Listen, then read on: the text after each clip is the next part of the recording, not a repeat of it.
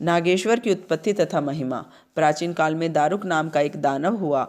उसकी पत्नी का नाम दारुका था। दोनों दुर्गा जी के द्वारा दिए गए सुंदर वन में रहा करते थे। वह वन पश्चिमी समुद्र पर स्थित था। वहाँ के निवासी इन दोनों के उपद्रवों से बहुत दुखी हो गए। सभी मिलकर औरव ऋषि के पास गए और अपना दुख बताया। औरव ऋषि ने बताया, आप लोग घबराओ नहीं। जब दानव जीवों की हिंसा और यज्ञ में बाधा डालने लगते हैं तब इनकी मृत्यु निश्चित हो जाती है। ऋषि उनके कल्याण के लिए तपस्या करने लगी। देव दानवों में भयंकर युद्ध होने लगा। दारुक की पत्नी दारुका ने अपने पूर्वकालीन वरदान के प्रभाव से इस नगर को उठाकर समुद्र में स्थापित कर दिया।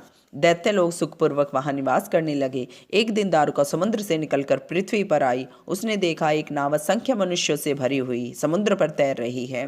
उसने दानवों को बुलाकर सभी को बंदी बना लिया। उन बंदियों में एक वैश्य भी था जिसका नाम सुपीरिय था। उसने कैद खाने में रहकर शिव जी की आराधना प्रारंभ कर दी। देखा देखी अन्य कैदियों भी शिव जी की आराधना करने लगे और पूजा करते हुए उन्हें 6 माह बीत गए।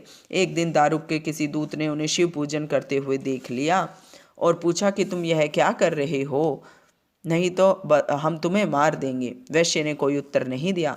राक्षस वैश्य को मारने को उद्यत हो गया। वैश्य ने इस संकट को आया देखकर आंखें बंद कर ली। शिव जी की स्तुति करने लगा।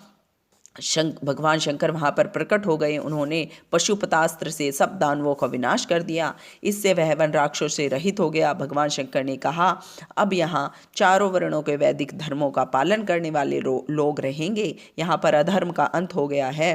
दारुक के मर जाने पर उसकी पत्नी दारुका दुर्गा जी के पास जाकर अपने वंश की रक्षा एवं परिवार की रक्षा के लिए प्रार्थना करने लगी। इस पर शिव और पार्वती जी उस स्थान पर ज्योतिर्लिंग के रूप में रहने लगे। दुर्गा जी ने दारुका को शिव जी की कृपा से वर दिया कि इस युग की समाप्ति पर यहाँ पर दानवों का निवास होगा और दारुका उन पर विजय करेगी।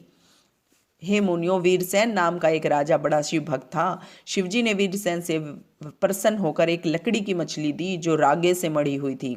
उस मछली को योग शक्ति द्वारा शक्ति संपन्न करके शिवजी ने कहा, तू इस मछली के सहारे अपनी सेना सहित शिविर में पहुंच जाएगा।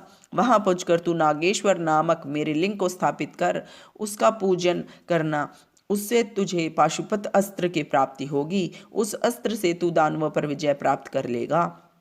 मेरे इस दर्शन करने से किसी भी वस्तु की कमी नहीं रहेगी। इतना कहकर भगवान शंकर अंतर्ध्यान हो गए।